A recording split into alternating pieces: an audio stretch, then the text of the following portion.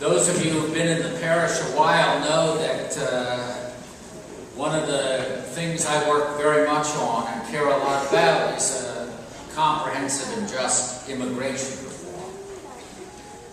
But you can take a deep breath. I'm not going to talk about that today. Undoubtedly, you will hear about it, though, but not today. But what strikes me, however, is why people immigrate, why they migrate, why they move. And in particular, in regard to the second reading today, why Abraham left his country.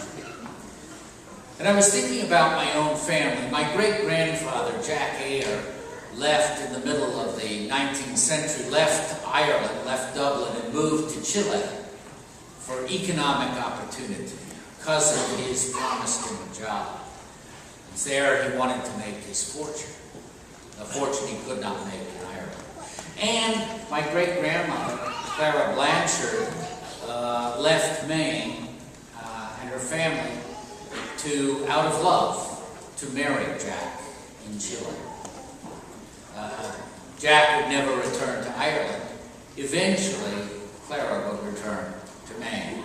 But they lived there 20 years, and they had their 13 children, all born in Chile.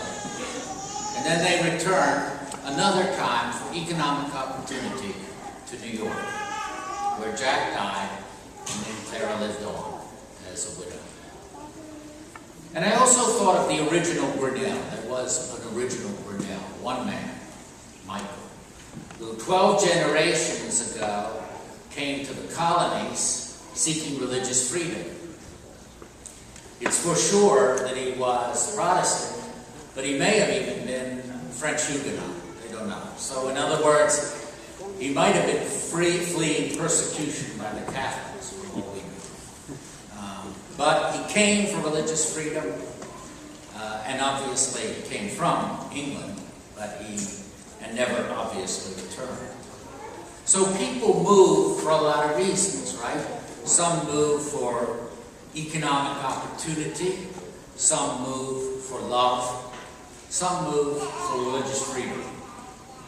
But when we see Abraham, he moved for a deeper reason, and that's why he's always been a seminal example both for Islam and Judaism and Christianity. Because Abraham left at the urging of God, left his settled environment in what we would call modern-day Iraq, and went to see a country that for many generations his descendants would not yet possess. But he did it in fidelity to God. He did it as a religious desire to fulfill the call of God. And that's what the Hebrews is focusing on. Choice by faith to follow God. The letter of Hebrews is very concerned that every Christian, follow their faith in God. So they use Abraham and others as examples. And so you hear 5 times the writer say, by faith Abraham obeyed when he was called. By faith he sojourned in the promised land. By faith he received the power to generate. By faith he came forth in one Abraham was put to the death. And so on. Every step along the way, the Hebrews finds in what Abraham is a man on the move because God is calling him. And as Hebrews rightly points out, he died in faith. That is to say, he did not receive what was promised. He did not receive the promised land. That would come 400 years later. Talk about long-term planning, And they lived, as Hebrews says, and acknowledged themselves to be strangers and aliens on the earth, but are willing to follow God. The promise of God. The invitation that Hebrews wants to make is that we may not be migrants or immigrants. We may not even move down the street. But all of us, by faith, are asked to move in following God. And it might be out of our convenient environment. It might be out of our possessiveness. It might be out of our settled prejudices. But all are asked by faith to come to a new life. A new life that may or may not be accomplished even in our lifetime. To follow Christ, to plant seeds. That's what these parents will do. Normal lifespan, you'll never see these two boys at the end of their life. I hope you do. I hope you. You know, you'll someday you'll go on and they'll go on without you. And that's fine. That's the way it should be.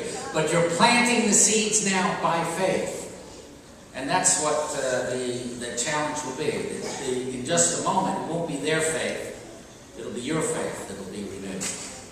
And then the invitation for all of us in the Hebrews reading is that we move out when God invites us. We do not need to possess, but we can go.